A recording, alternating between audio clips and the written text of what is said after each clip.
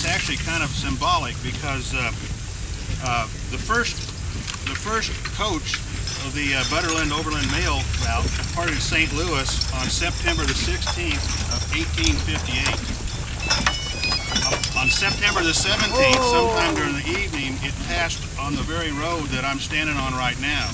That was 146 years ago to this very day, so I think that's kind of unique. On the first coach was none other than John Butterfield himself.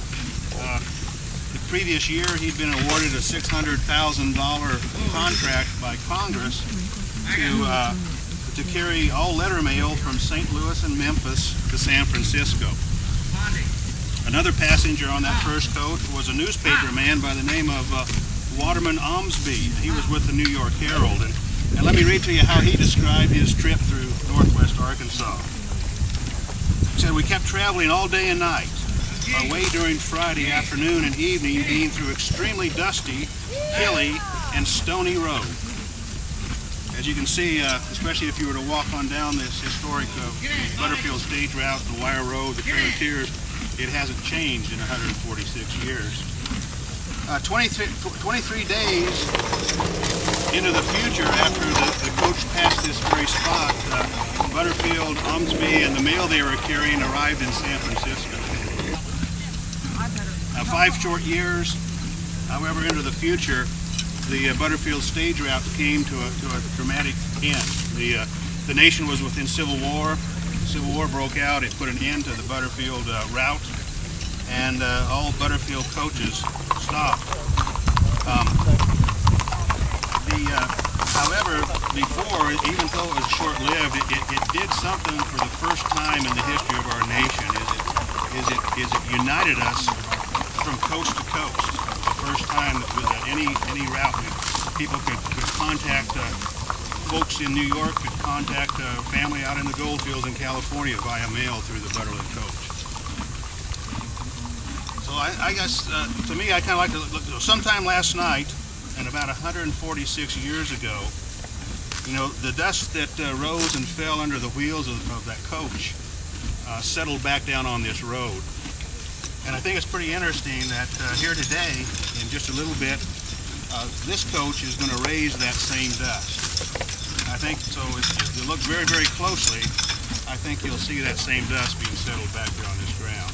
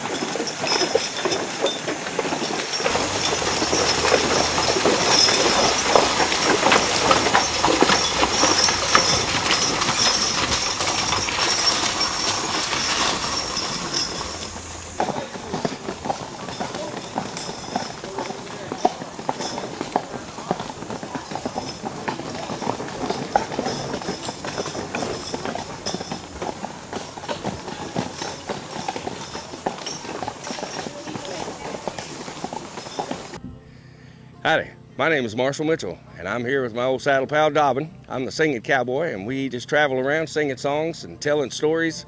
And we're here to celebrate the Butterfield Coach commemorative run today. We stopped here in Lowell. We're going to be down in Springdale this evening and in Fayetteville tomorrow. So anybody who's out here is going to have a fantastic time.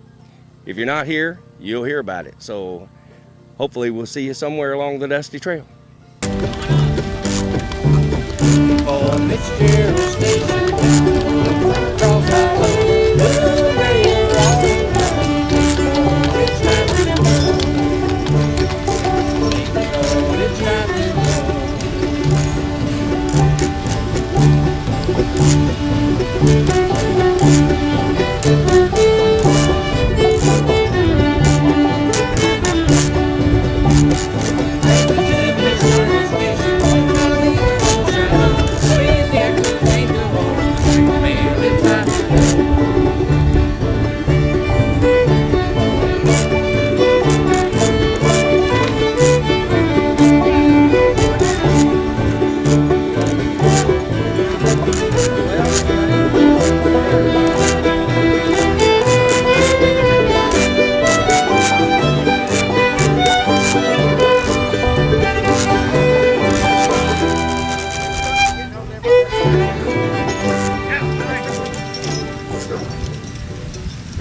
That hasn't been done in 100 years?